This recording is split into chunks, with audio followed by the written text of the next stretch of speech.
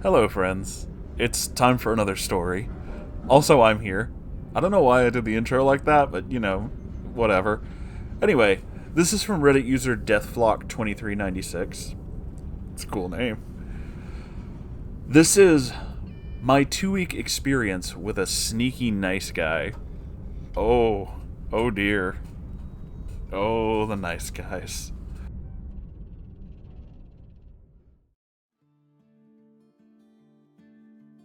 Hi, Moonhorse. Hello. Your stories are an absolute balm on my hour commute to and from work. Most days I'm able to keep the stress down from the 4 a.m. road crazies with your readings. Well, I'm really happy that I can help, so thank you so much. I really want to share with you and the Moon Herd a story/warning about unassuming nice guys. Oh, that's always an interesting one, isn't it? I finally reached a point where I can share this without feeling too upset or ashamed about what happened. I also acknowledge that a lot of what happened could have been avoided by acknowledging red flags and trusting my gut feeling.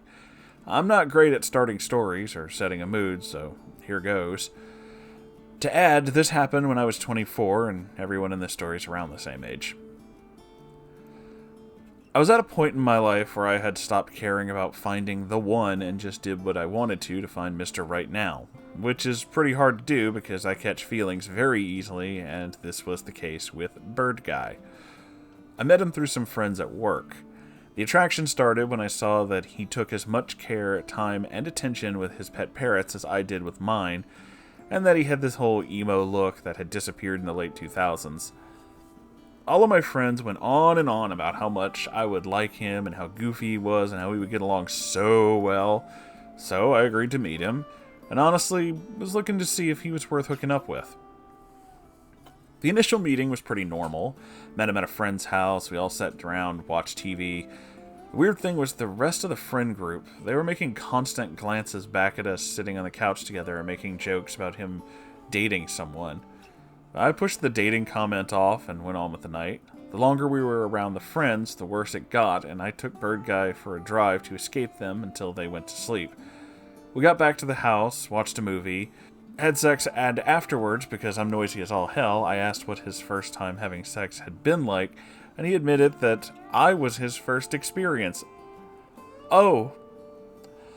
Not weird at all, we just continued the night. The next morning, however, we woke up and we walked out of the room. All of the guys were staring at me and smiling, and I immediately started to feel really weird. Pretty sure one of them gave Bird Guy a high five when they thought I was out of eyesight, and I asked him later if he told his friends about us having sex. He denied it, and I believed him. I started to visit him after I got off work, and I was buried under an onslaught of affection from him and, weirdly, his family. Every time I came over, his dad had made some elaborate dish of food that I loved, and Bird Guy brought a ton of hair products and even chipped in to help me buy 3 new pet snakes. I have a lot of pet snakes, and I'm pretending it's not an obsession by making into a future breeding business, but that's a whole other thing, and I love to share pictures of them. That's cool. I felt really cared for and wanted, and I thought that I had found a decent guy through a hookup. It's not my intention, but I was pretty happy, and I was happy to ignore the fact that Bird Guy saying he loved me and started planning a future for us, thinking that me turning both of these down and explaining that I wasn't in a mental place to date was just looking for more of a friends with benefits situation, and he agreed that he would stay at that level. The first real clue that I was being duped was from his friend, who was also my coworker. We'll call him Creep. I was walking past and Creep flagged me down. The first words out of his mouth are, "So, how much can he come?" Ew! You don't just ask a stranger that, dude. What? I kind of just made a face and didn't answer and just kept walking. I hadn't talked much to anyone in the group except for the only girl, Cat Lady, who I also worked with. I pushed Creep's weird question out of my head and wrote it off as him being invasive and gross. This was about the end of week 1. Week 2 started off with a bang. I was laying in bed after Bird Guy and I had some intimate time, and I see his phone light up and a message popped up from Creep. The only part I saw were the words, "sexy video." I was immediately scared because in the past I'd let Bird Guy take a video of me giving him a blowjob. Oh no. Bird Guy was asleep next to me, so I just waited for him to wake up. But when he did, I chickened out of confronting him and convinced myself that I was making a big deal out of nothing. I had a long history of being gaslighted, manipulated in the past, from family and ex-boyfriends and friends, so I spent a lot of time second-guessing my feelings and thoughts about other people and would often come to the conclusion that I was the one at fault. It kept nagging at me, though, so later that night, when he was really and truly asleep, I went through his phone. I know it's a really shitty and grimy move on my part, but I found him bragging to Creep about his losing his virginity and screenshots of every message where I mentioned being horny or wanting to have sex being sent to someone who I did not recognize at all. That is 1,000% creepy. I couldn't find the message where Creep asked about the sexy video anywhere, but I was absolutely livid. This message bragging to Creep had been dated on the night we first slept together, so Bird Guy had lied about that and plastered my personal messages all over the other rando. I still felt intensely guilty about going through his phone, though, so when he woke up, I admitted to going through his phone and apologized, and I asked why on earth he thought it was okay to send those messages. His response was, "I was excited to have a girlfriend," and for some reason, I accepted that. I think mostly because I still felt guilty for invading his privacy. I didn't know exactly what to do, but I didn't have to wait long. Not even 2 hours later, I saw another message mentioning a sexy video pop up on his phone. I asked him what it said, and he snatched his phone and went dead-faced. I leaned over to see the screen just in time to see him delete a whole conversation to Creep. That's what broke me. I wasn't crazy. I wasn't demonizing people, and I let all of the feelings of anger out at him. He was so weird about it. Most people scream back, defend themselves, but he just stayed dead-faced. The whole time I was berating him, I was getting dressed and collecting my things, and when I was finally done, I demanded he tell me what he was hiding, and he denied hiding anything at all. I wanted him to admit it, to tell me everything that he had sent to Creep, but he denied telling Creep anything at all. Even him bragging about his virginity, which threw me off, because he had admitted to doing that just 2 hours earlier. This guy. I left his house crying, and the moment I got to my car, I called Catgirl, my friend from work, and also a mutual friend of Bird Guy. I told them everything, and to my surprise, she told me she knew. And not only that he had sent pictures of me to the group chat that he has not only with Creep, but the entire friend group. Pictures of me naked, videos of us having sex, pictures of me sleeping, all of the sex I sent him. Literally everything I never wanted anyone else to see was just plastered for his group of perverts to see. Oh my fucking god. I couldn't let it go, and I texted him demanding he admit to doing this, and of course he denied it. I saw all of the screenshots of him sending these things, and he denied it. I felt like I was going insane. He was so convincing in his denial, and somehow he was telling me through all of this, "Well, if you can't let go of things like this, we could never have a relationship." And on about how I could let this turn into such a big deal. I could never get him to admit it, and eventually I just blocked him. As violated and mentally exhausted and jaded as the situation has made me, I did gain the assurance in myself that I need to trust my gut and let myself doubt people and question them. It took me a really long time to no longer feel ashamed for just being so naive, especially when I have spent so much of my life with people who treated me like this just to fall for it again. Life has gotten better, and I've done a lot to retrain the way I think. I'm working on being guarded but optimistic about people so I don't cut myself off from everyone and every experience. Thank you for reading this. If you read all of it, please keep this experience in mind if you start doubting your gut. Edit to add after the main story. Bird Guy saw angels. No, not people with robes and harps, but biblical wheels of fire and eyes and formless masses of energy angels. Because he was so good at being manipulative, I don't know if I actually believe that he sees these things, but I feel that at some point his family should enter him into some kind of psych evaluation. Just want to add this to round out kind of how Bird Guy went from this average dude to something way outside the norm.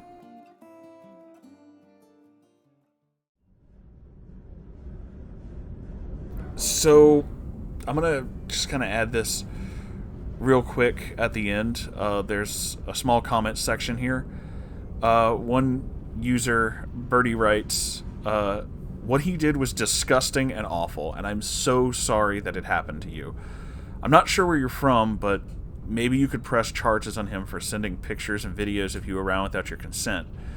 And Deathflock replies, this happened about 6 or 7 months ago, so I don't think a report would be taken seriously, especially since I wasn't physically violated. Though I do think Bird Guy needs a psychological evaluation based on some of the additional info that I put in the edit, which we read, and his very shut-off and distant response to conflict. It's a lot to take in, but I'm just gonna completely, I don't even know where to start. I'm gonna be honest with you, I don't even know where to start. I guess this is a good place to start. First off, Deathflock, I am so sorry that you went through that. That is abjectly fucking horrible. I can't even imagine. Just, wow, dude, that oh my god, I can't explain how sorry and how bad I feel for you having to go through that. That is like an actual nightmare, and that is so beyond fucked up. I hope you're all right. I mean, that is, wow. The Moonherd is here for everybody, and if you of course, everybody here wants to help. And if you ever feel like you should talk to someone who isn't just, like friends and everybody in this group or in any group, do not hesitate. You absolutely went through something really traumatic, and I totally 100% feel like you should. If you feel like you should actually, there's no shame in that. 100%. It's totally cool, and it's absolutely understandable. Now, as I'm sure a lot of you are probably expecting, let's get to Bird Guy. This is your only warning, because I'm about to get really, really angry, as I did in multiple videos before, but let's just go. This guy is a fucking monster. Like, flat out. Fucking monster. Straight out, 100%, absolutely goddamn evil. Fuck this dude. Fuck everything that he stands for. Fuck his little friend group who thought this shit was just okay. Fuck all of them. And I don't give a shit. I really don't give a shit if by some weird way or something he finds this video. Yeah, you, buddy. Fuck you. Seriously, fuck you. What you did was unbelievably fucked up. Was amazingly evil. The kind of evil shit that you only hear about in fucking movies. And you went and made it real, like the absolute narcissistic bastard you are. I was just excited about my first time. Yeah, well, it doesn't give you the right to literally fucking violate someone's privacy like that, you piece of shit. No. And a lot of people, and I understand that Deathflock was also very upset about going through his phone, and yeah, that is a little messed up. Going through somebody's phone is kind of messed up. But considering what happened, considering what they learned, I think I can justify it in this case. Because that was fucking unbelievable, man.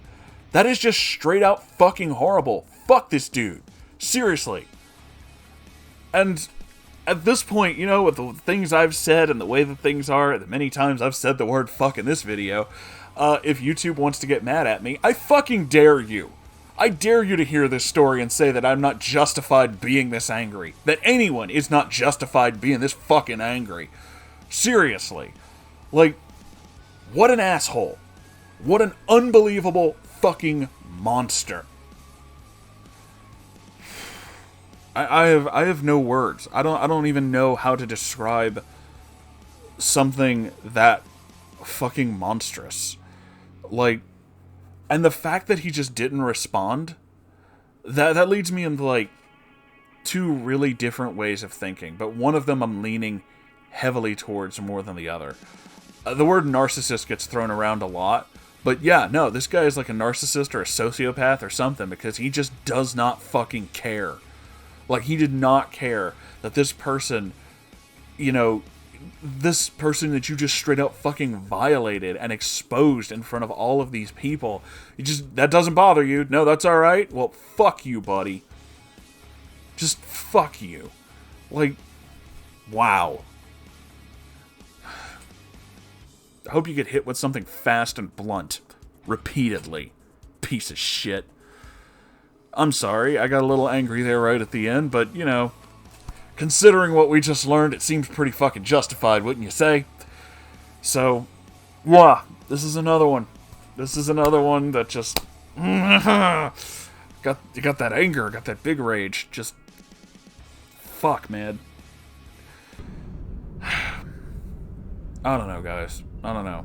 This is another one that makes me worry about just all of you. I don't like hearing that this horrible shit happens to people, but also I 100% encourage you to share your stories when you feel comfortable and when you feel ready to, because people like this guy, people like this fucking asshole, do not deserve to hold that kind of power over you.